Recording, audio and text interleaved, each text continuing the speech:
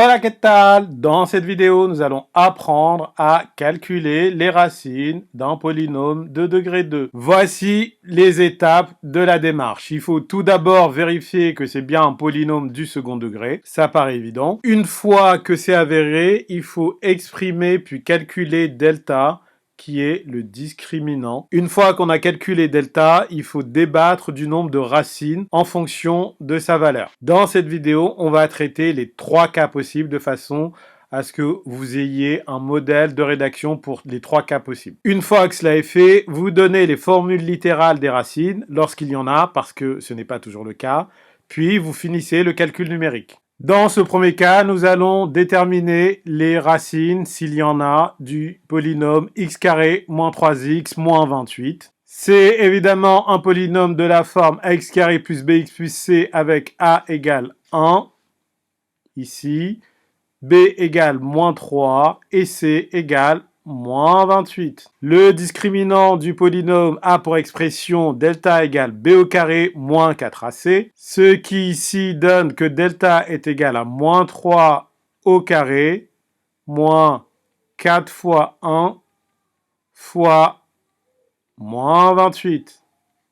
Cela donne 9 plus 112. 4 fois 1 fois moins 28, ça donne moins 112, fois le moins 1 ici, ça donne plus 112. Ce qui au total donne 121. Le discriminant de notre polynôme est égal à 121. Delta est donc strictement positif, donc le polynôme possède deux racines réelles distinctes. Nous allons à présent calculer les deux racines. Je vous rappelle les formules données dans la vidéo sur le discriminant. Donc, si le delta est strictement positif, donc si le discriminant est strictement positif, il y a deux racines. La première qui est x1 est égale à moins b moins racine de delta sur 2a. Et la deuxième qui est x2 qui est égale à moins b plus racine de delta sur 2a. Les a et les b sont les valeurs que nous avons ici. Pour x1, cela donne moins b 3, puisque b est égal à moins 3,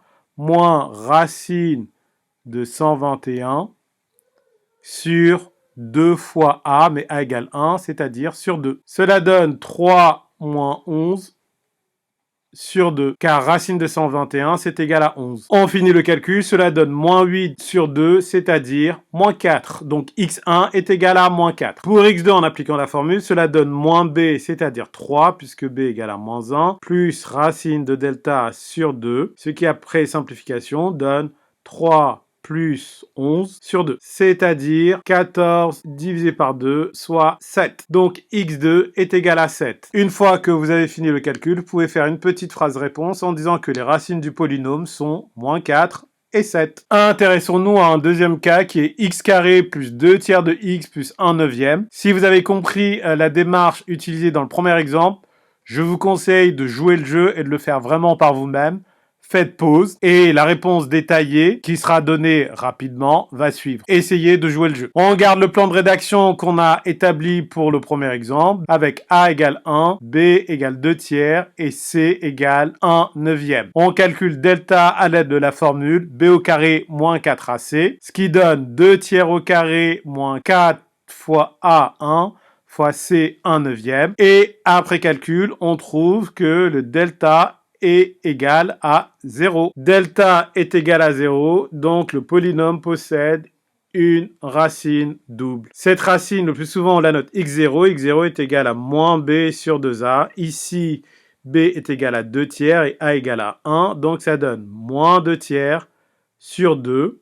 Après calcul, ça donne moins 1 tiers. Si vous avez du mal dans la transition d'ici à ici, il faut revoir les propriétés sur le calcul fractionnaire, la division de fractions. Donc voilà, la racine du polynôme ici est égale à moins 1 tiers. Dernier exemple, le polynôme est 5x carré moins 2x plus 3. Comme pour le deuxième, je vous conseille de faire pause, de chercher sérieusement avant de regarder la solution. C'est donc bien un polynôme du second degré avec a égale 5, b égale moins 2 et c égale 3. La formule du discriminant est toujours la même. Delta égale b au carré moins 4ac, ce qui ici va donner moins 2 au carré, moins 4 fois 5 fois 3.